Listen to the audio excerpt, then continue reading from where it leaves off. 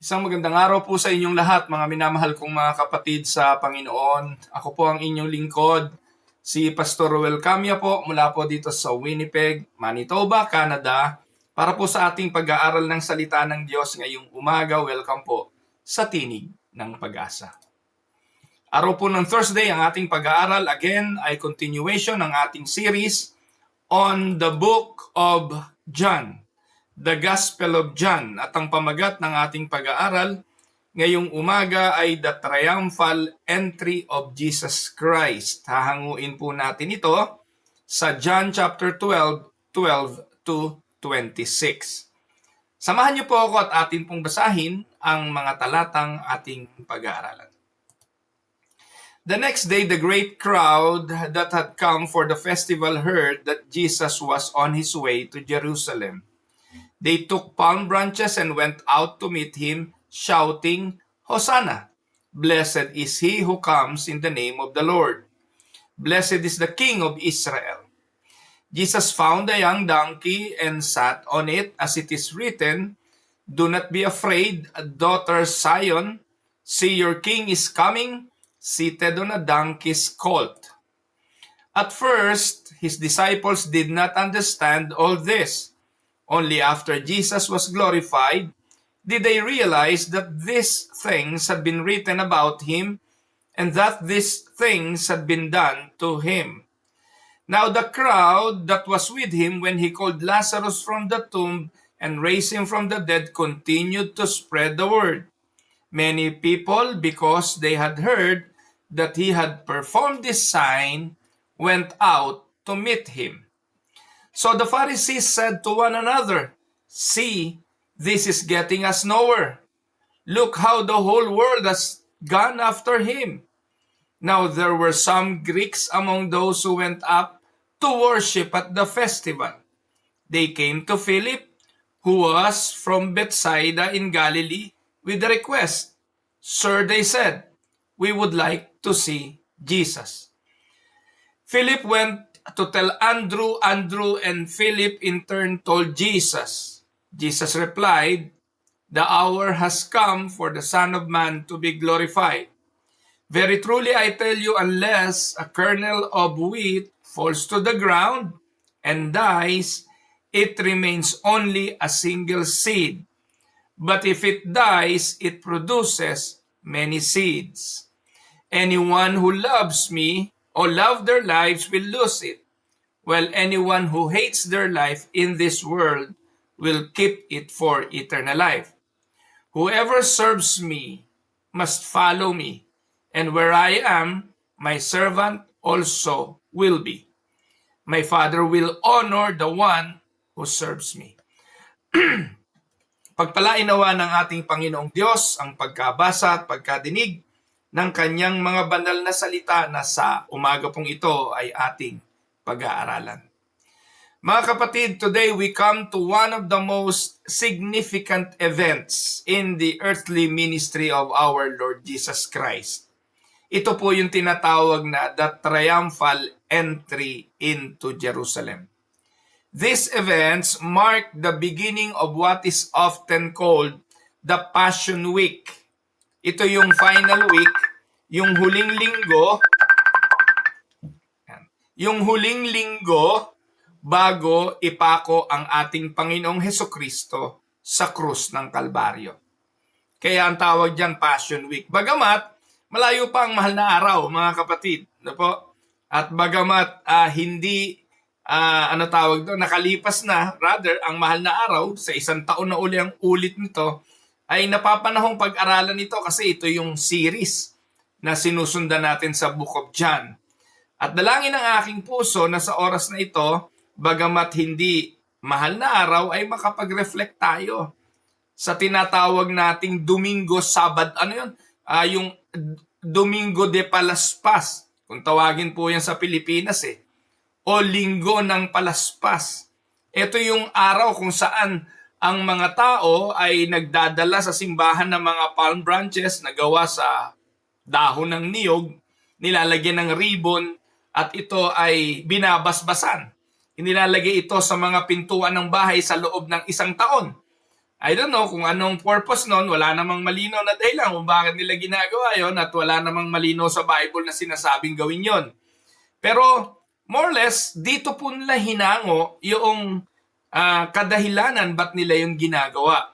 Ito pong celebration ng triumphal entry ni Jesus sa Jerusalem. So sa mga talatang ating binasa, the crowds welcomed Jesus as a king. They waved palm branches, shouted praises, and celebrated his arrival. Yet, many of those same people would later reject him because he did not meet their expectations.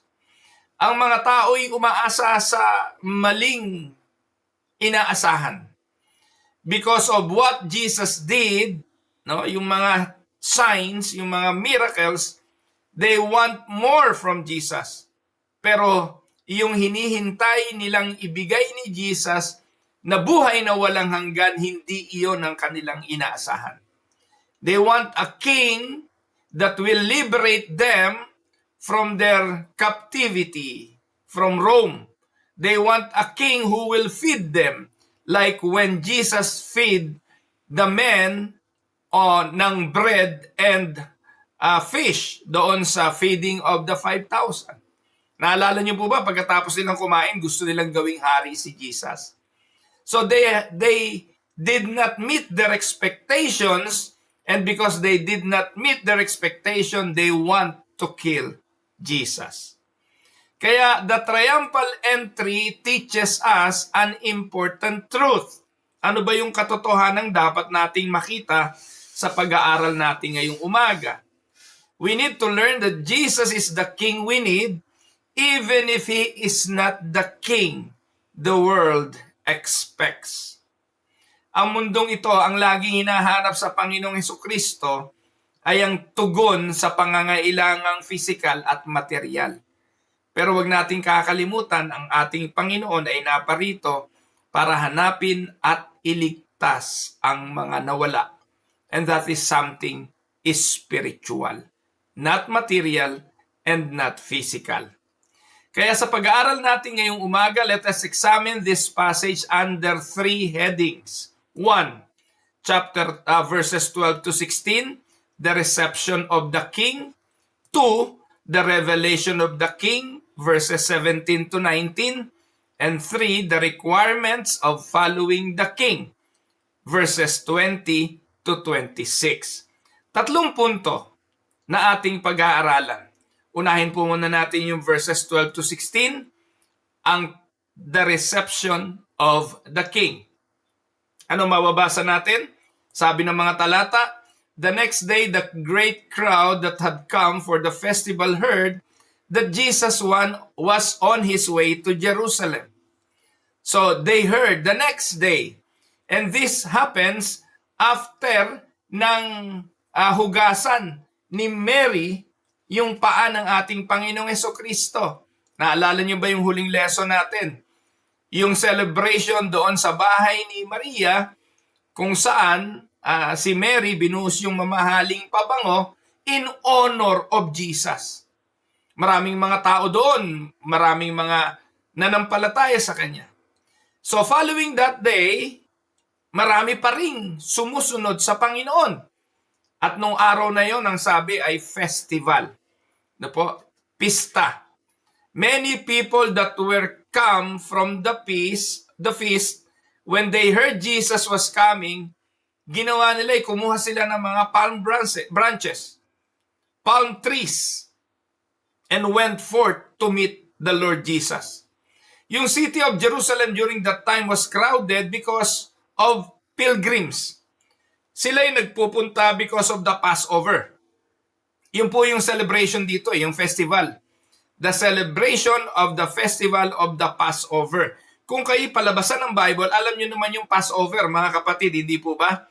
Ito yung panahon sa Ehipto kung saan iniutos ng Diyos na magpatay ng hayop ng tupa ang mga Israelita, at ang dugo nito ipahid sa kanilang mga doorpost.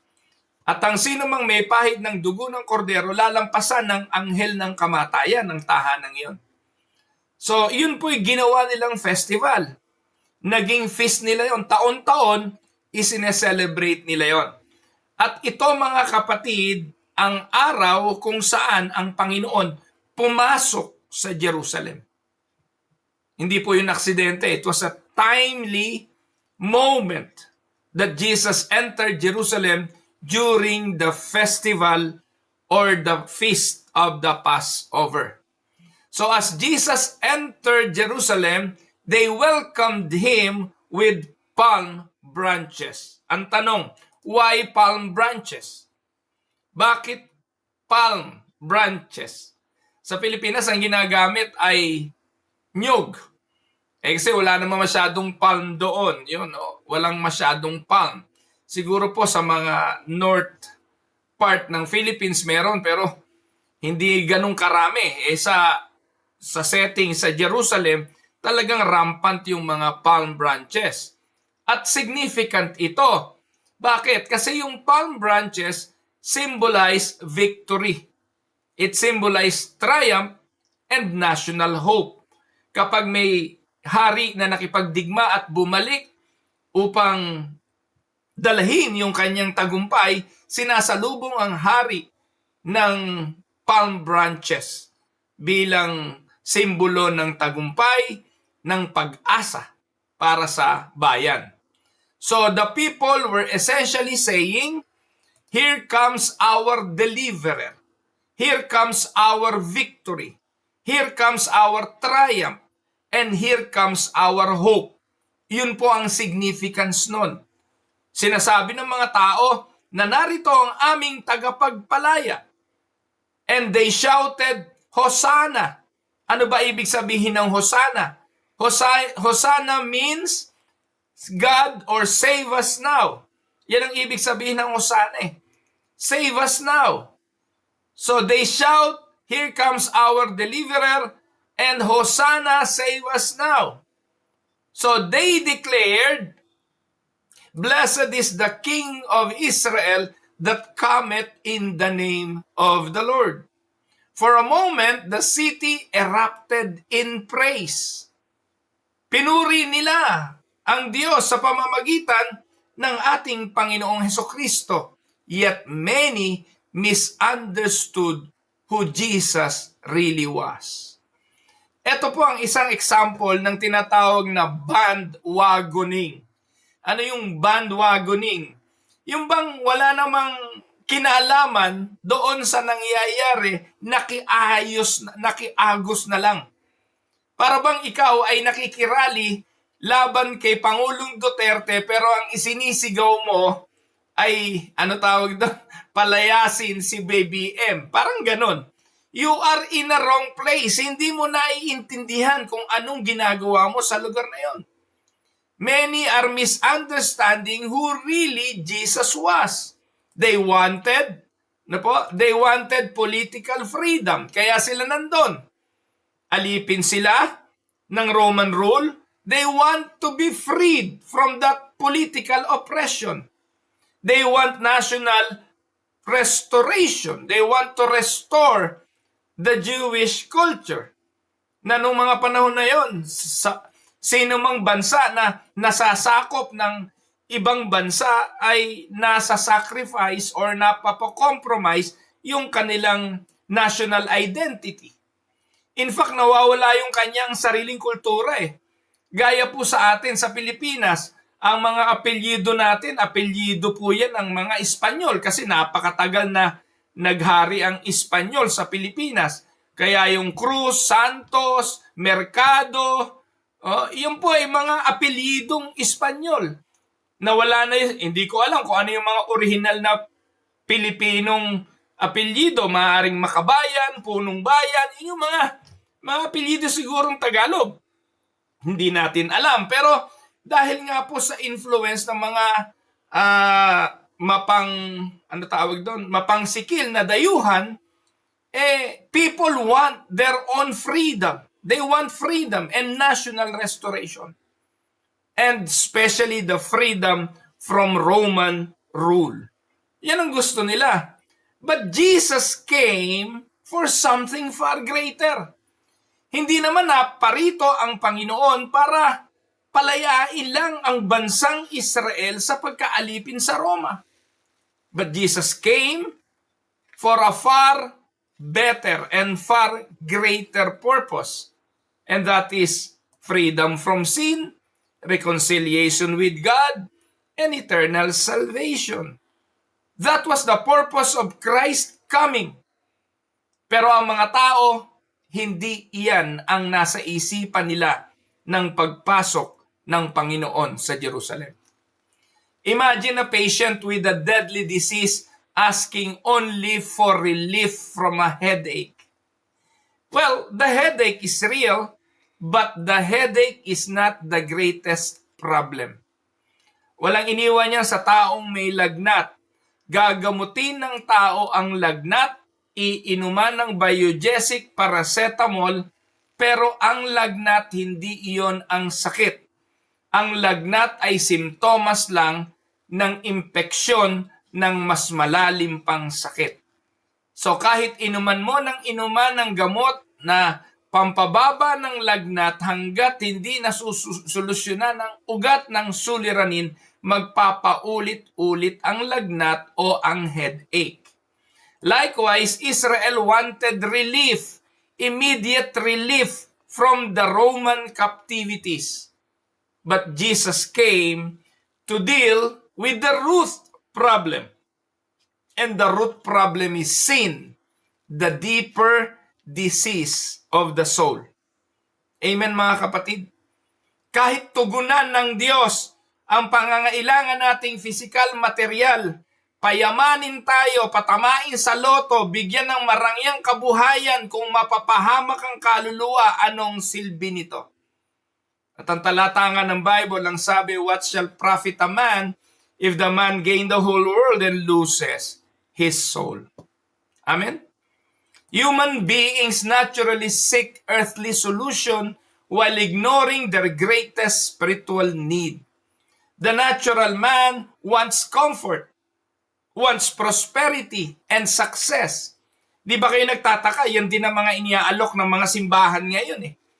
Yan ang alok ng mga Pentecostal churches, ng mga charismatic, ng mga prosperity gospel preachers. Comfort, prosperity, success. Kaya matagumpay eh. Bakit? Kasi yan ang gusto ng tao eh. But Christ, the Lord, came to rescue sinners from God's righteous judgment. Yan ang purpose ng pagparito ng Panginoon. Hindi magbigay ng comfort. Hindi magbigay ng prosperity. Hindi magbigay ng success. Kaya dito lumalabas na bulaan talaga yung mga preacher ng JIL eh. Lalo na po yung leader nila, si Eddie Villanueva. Dahil sa kanya, lagi niya sinasabi, bawat sermon yan, poverty is a curse. Pag mahirap ka, isinumpa ka. Kasi para sa kanya, ang palatandaan ng pagiging Kristiyano, dapat mayaman ka. Oh, no wonder, kaya nga napakayaman nila. Hindi pa nasihan, baka nga. Anyways, ayaw natin pagbintangan. Ayaw natin makipatol sa politika. Pero, ayan na po yun mga kapatid. Yung mga simbahan na nagtuturo ng comfort, prosperity, and success ay ang mga pinupuntahan ng mga tao ngayon because the natural man wants all of those things. But Christ came to rescue sinners. As believers, we must receive Jesus for who He truly is. Not merely as a helper of our plans, but as Lord and Savior. Tatanggapin natin ang Kristo hindi dahil sa kaloob niyang biyaya ng material at pisikal na kaginhawahan, kung hindi tatanggapin natin ang Kristo bilang tagapagligtas at Panginoon ng ating mga kaluluwa. Amen po ba? Kaya dito po sa mga talatang ating binasa, hindi lang po mga kapatid, ni-receive si Jesus as King ng mga tao, they misunderstood Him also. Kaya sa second point, verses 14 to 19, makikita natin ang the revelation of the King. Ano sabi ng mga talata? Jesus found a young donkey and sat on it as it is written. In-underline ko yung word na yan, as it is written. And Jesus, when he had found a young ass, sat thereon. Jesus deliberately fulfilled the prophecy of Zechariah. Hindi aksidente yan na nakasakay siya sa isang asno. It was written in the book of Zechariah chapter 9 verse 9, Behold, thy king cometh, lowly and riding upon an ass. This was not an accident. Jesus was publicly declaring himself to be the promised Messiah. By riding a donkey, finulfill ni Jesus yung propesiya sa lumang tipan. Jesus was publicly declaring himself to be the Messiah. But notice the kind of king he revealed himself to be. Anong klaseng hari ang ipinakilala niya na dumating bilang Mesiyas? Kaparehas ba ito ng haring inaasahan ng mga tao? Hindi. Bakit? Yung mga hari, mga kapatid, ng mundong ito, ancient king rode horses when going to war.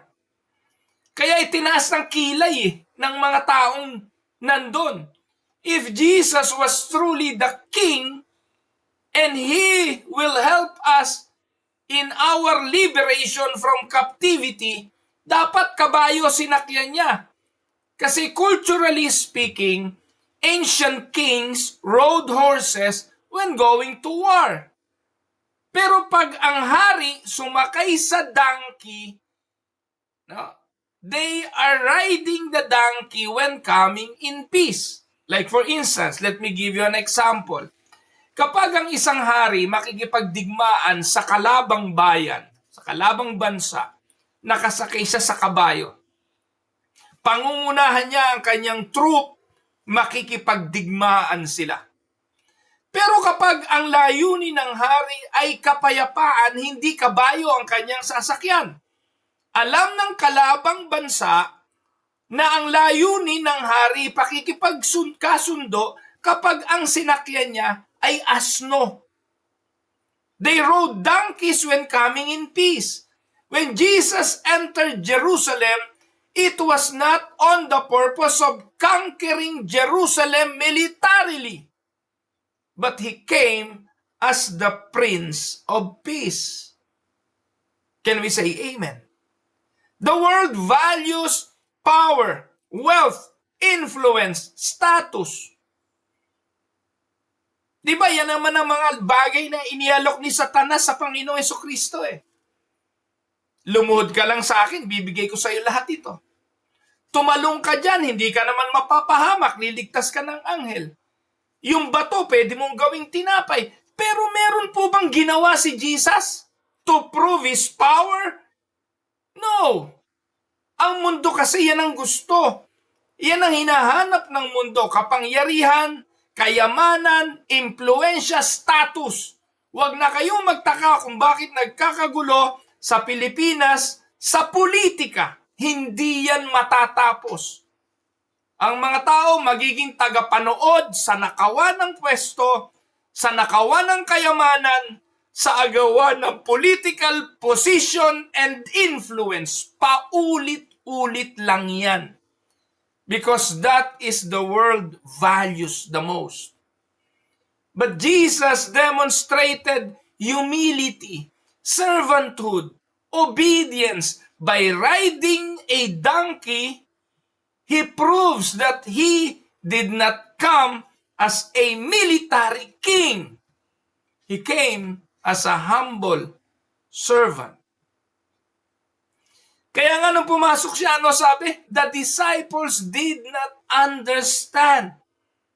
Yan ang sabi ng verse 16. At first, His disciples did not understand all this. Hindi naman nila nakita yung sinasabi, mga kapatid, ng Zechariah 9:9. Hindi nila, clueless sila doon. Later na lang nila na-realize na yung palang ginawa ng Panginoon ay fulfillment ng Zechariah 9:9. Behold, thy king cometh lowly and riding upon an ass. Pero hindi nila ito naintindihan. These things understood not his disciples at first. Even Christ followers, the disciples itself, struggled to understand the plan of God. At sabi ng talata, only after Jesus was glorified did they comprehend the significance of these events. Huli na. Kaya, ang realidad mga kapatid, there are times when we do not understand God's way katulad ng mga alagad. We ask, why this suffering? Why this delay? Why this trial? Katulad ng mga alagad, we often see only part of the picture. Like the disciples, we often see only part. But God is always working according to His perfect plan. Amen? Alam nyo, marunong ba kayong mag-cross-stitch mga kapatid? Kung hindi man kayo marunong mag-cross-stitch, nakakita na ho ba kayo ng cross-stitch? Yung cross-stitch. O kaya sa ibang termino ay tapestry. Tapestry. Yung tapestry, yung larawan na ginawa. Sa likod nun, pag tinignan yung likod, parang halo-halong mga sinulid lang yun na magulo. Pero pag binaliktad mo na yung cross-stitch, makikita mo, yung front side, beautiful design emerges. Ang Diyos, nakikita niya ang front side. Tayo, we often see only the tangled threads at the back. Sa buhay natin, para kang nakatingin sa cross-stitch. Likod lang ang nakikita natin. Pero ang Diyos, tanaw na niya ang harapan. Kita na niya ang magandang larawan. Tayo hindi. Tayo, kita natin yung buhay ni Job kasi nabasa na natin eh. Pero na-imagine nyo ba kung kayo na kay Job nung mga oras na yon na hindi nyo alam kung ano mangyayari sa future? Will you still hang on to God? Kung kayo si Jose, na anak ni Jacob, na ipinagkanulo ng kanyang mga kapatid, ibinenta, dinala sa bahay ni Potifar, ipinakulong, makakapagtiis ba kayo gayong hindi nyo naman natatanaw kung ano ang dulo? Pero lahat ng iyon, ang sabi ni Joseph, nung naka-encounter na niya ang kanyang mga kapatid, ang linaw na sinabi niya eh.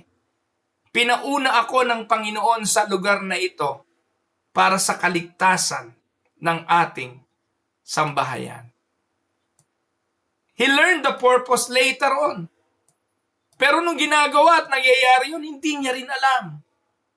So the triumphal entry, mga kapatid, reminds us of God's sovereign control over history. Every detail unfolded according to God's eternal decree. Yung donkey, yung crowd, the palm branches, the prophecy, nothing happened by chance. Can we say amen? Christ moved steadily toward the cross because He came to accomplish the Father's redemptive purpose. Amen? Hindi nagkakamali ang Diyos. Kailangan nating sumunod sa haring ito. Kailangan nating sambahin, purihin ang haring ito. Itama natin ang ating pananaw tungkol sa haring ito. Na hindi tayo susunod sa Kanya dahil lang sa kaginhawahan na hatid nito. Hindi lamang sa biyayang material na hatid nito. Kung hindi kilalanin siya bilang Diyos, Panginoon, at ating tagapagligtas. Kaya dito tinuro rin ni Jesus yung pangatlong punto yung requirement ng pagsunod sa Kanya bilang hari. Anong requirement ng pagsunod? John 12:20-26. Now there were some Greeks among those who went up to worship at the festival. They came to Philip, who was from Bethsaida in Galilee, with a request. Sir, they said, we would like to see Jesus. At this point, mga kapatid, something remarkable happens. Dahil marami naman ang nakasaksi sa himala ng Panginoon, yung putik na mula sa kanyang dura, ipinahid niya sa mata ng bulag, inutusang pumunta sa pool ng Siloam para maghugas, habang papunta, gumaling. Yun pong patay na si Lazaro, binuhay ng Panginoon. Marami nakasaksi nito. Kaya maraming mga tao talagang hinanap siya because they want to see Him. At sabi sa ating talata, some Greeks approach Philip and say, Sir, we would like to see Jesus. Hindi ito mga Hudyo. They were Gentiles. And these Gentiles represents the nations coming to Christ. The mission of Jesus was never limited to the Jewish people.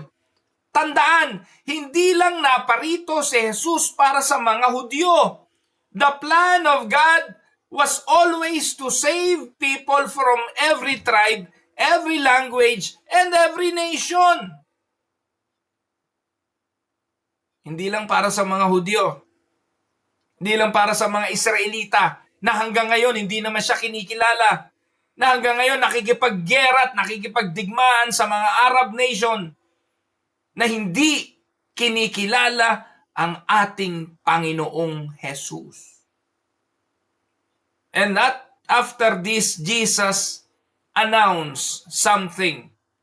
For the very first time in John's Gospel, Jesus declares, the hour is come. Mga kapatid, throughout the Gospel of John, he repeatedly said, my hour has not yet come. Do you remember that? Noong kay Maria, naubusan ng alak. Ano sabi ni Mary? Wala nang alak eh. Ano sabi ni Jesus? Ginang, my hour has not yet come. Lagi niyo mababasa yon.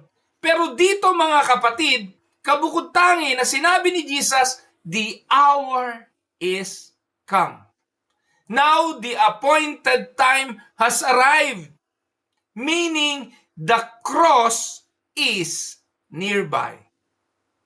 The king will receive his crown.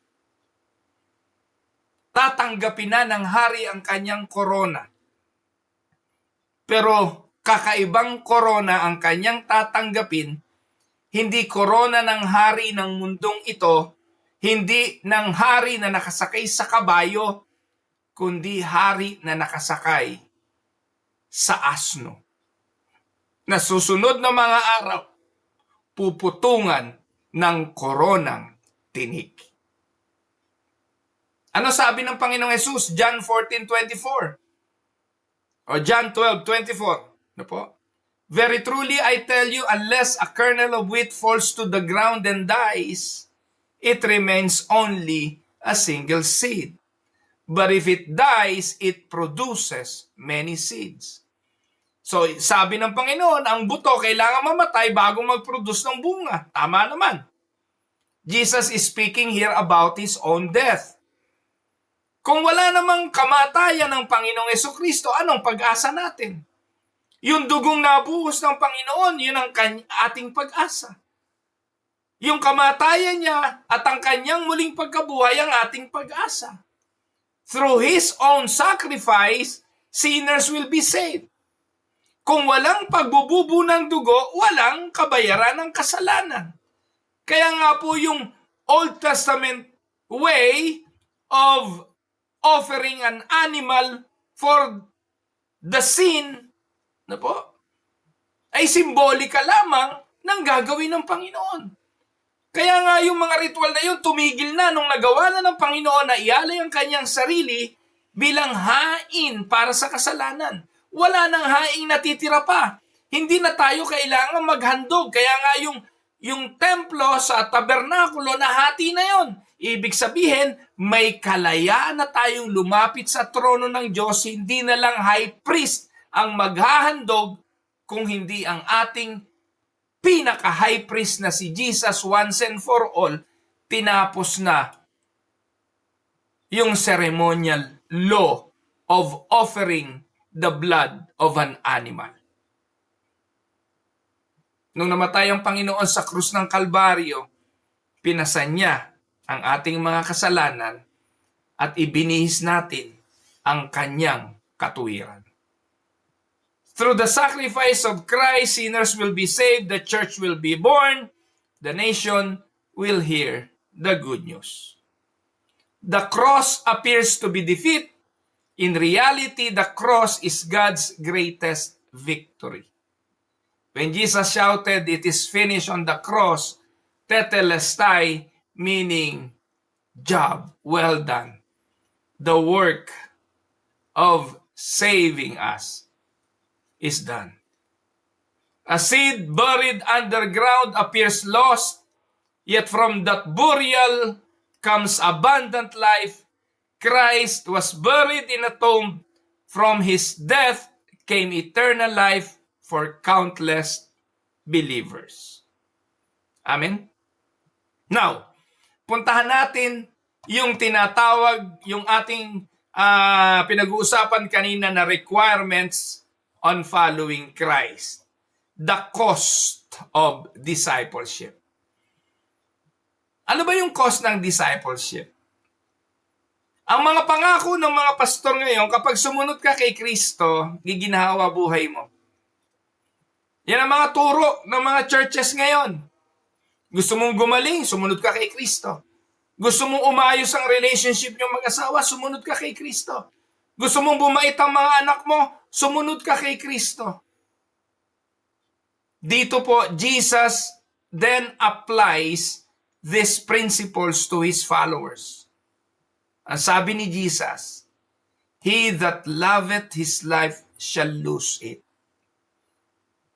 Yung ginawa niya, na pagkakaloob ng kanyang buhay, inia-apply din niya sa cost of discipleship. Ang sabi ng Panginoon, ang sino mang nagmamahal sa kanyang buhay ay mawawala ito. Jesus is not teaching self-hatred here. Hindi po nagtuturo ang Panginoon Jesucristo rito na kamuhian mo sarili mo. Hindi ganun. Jesus here is teaching surrender.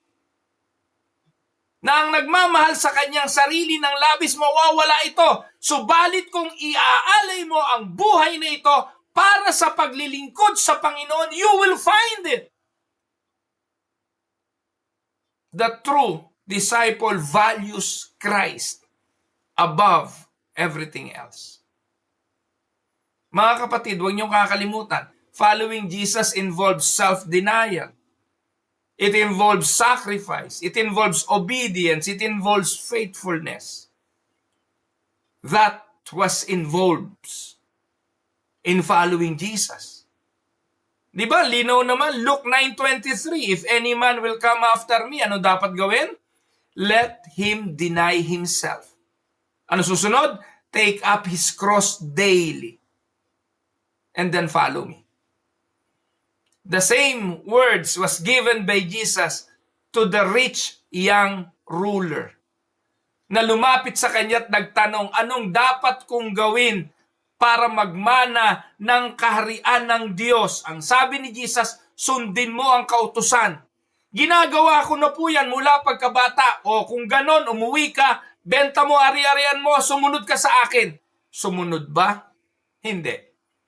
And then Jesus declared, "If any man will come after me, let him deny himself. Let him take up his cross daily and follow me." May self-denial, may sacrifice, may obedience, may faithfulness. Naalala nyo, katatapos lang ng si Maria, a pint of pure nard, 300 denarii, 1 year wage, ibinuhos niya lang sa paa ng Panginoon. Sabi ni Judas, what a waste. Pero para kay Mary, that was sacrifice.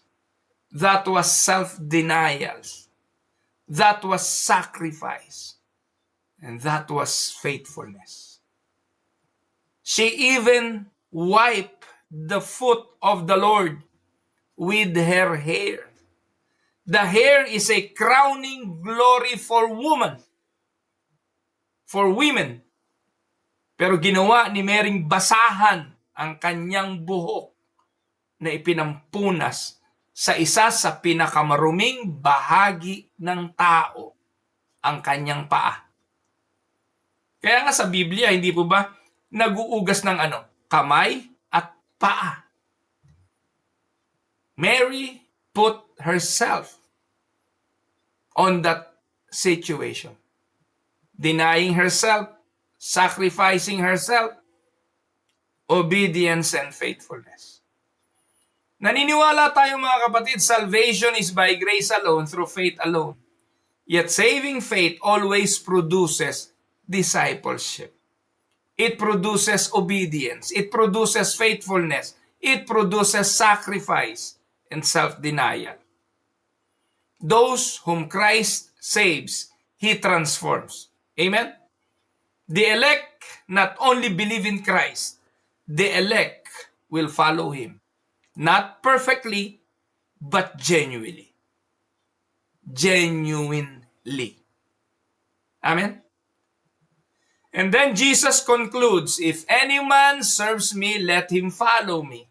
And where I am, there shall also my servant be.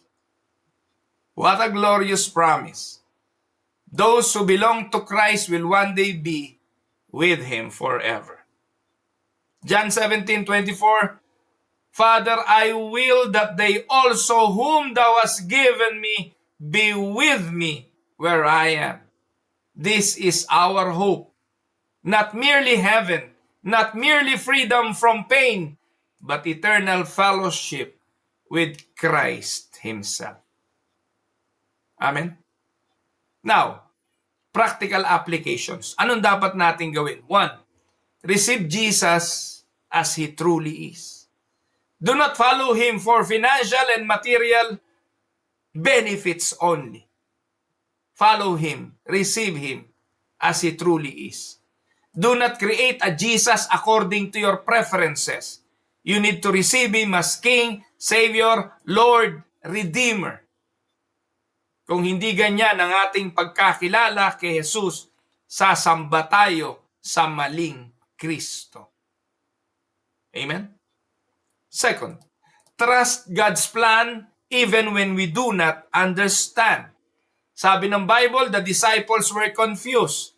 Hindi nila to naintindihan nung una, yet God's purposes unfolded perfectly. We just need to trust His providence. Amen? 3, follow Christ wholeheartedly. True discipleship requires surrender. Tanong mo sarili mo ngayon, is Christ first in my life? Or am I unwilling to surrender to Him? Am I following Him daily? Tandaan, follow Christ wholeheartedly. 4 at panghuli, rejoice in Christ's saving work. The King entered Jerusalem to die for sinners. He came willingly, He came lovingly, and He came victoriously. On the Palm Sunday, the crowd cried, Hosanna, save us now. But only a few days later, many would cry, crucify Him. Mga kapatid, the same king who entered Jerusalem on a donkey would soon carry a cross. The same king who received palm branches would wear a crown of thorns. And the king who was praised by crowd would be rejected by the world. Yet, through His death and resurrection, He secured salvation for all whom the Father had given him. Today, my dear brothers and sisters, the question is not merely, do you admire Jesus? The real question is, have you submitted to him as your king? The triumphal entry calls us to bow before Christ, trust his saving work, and follow him faithfully until he comes again. For the king who entered Jerusalem in humility will one day return in his glory, and every knee shall bow, and every tongue confess that Jesus Christ is Lord. Amen? Now for some reflection questions. 1, what kind of king were the crowds expecting, and how does that differ from the king Jesus truly is? 2, are there areas of your life where you struggle to submit to Christ's lordship? 3, how does the sovereignty of God encourage you during difficult circumstances? What does it mean practically to follow Jesus today? And the last, how does Christ's death and resurrection give you hope for eternity? Manalangin tayo. Papuri at pasasalamat ang aming ipinagkakaloob sa iyo, Panginoon, bilang pagkilala na ikaw ang aming Panginoon at aming tagapagligtas. Ikaw ang aming hari. Purihin ang iyong pangalan. Dinadalangin ko po ang aking mga kapatid, ang mga tagapakinig ng Tinig ng Pag-asa. Kung may mga hindi pa lubusang nakikilala kung sino ka, kung meron pang mga pag-aalinlangan sa iyong pagka-Diyos, magpakilala ka po ng lubusan. Maraming salamat. Ikaw at sa iyo ang lahat ng karangalan. Ito po ang aming dalangin sa pangalan ni Jesus. Amen. Mga minamahal kong mga magulang at mga kapatid, ako po ang inyong lingkod, si Pastor Roel Camia po mula dito sa Winnipeg, Manitoba, Canada, para po sa ating pag-aaral ng salita ng Diyos dito po sa Tinig ng Pag-asa. God bless everyone.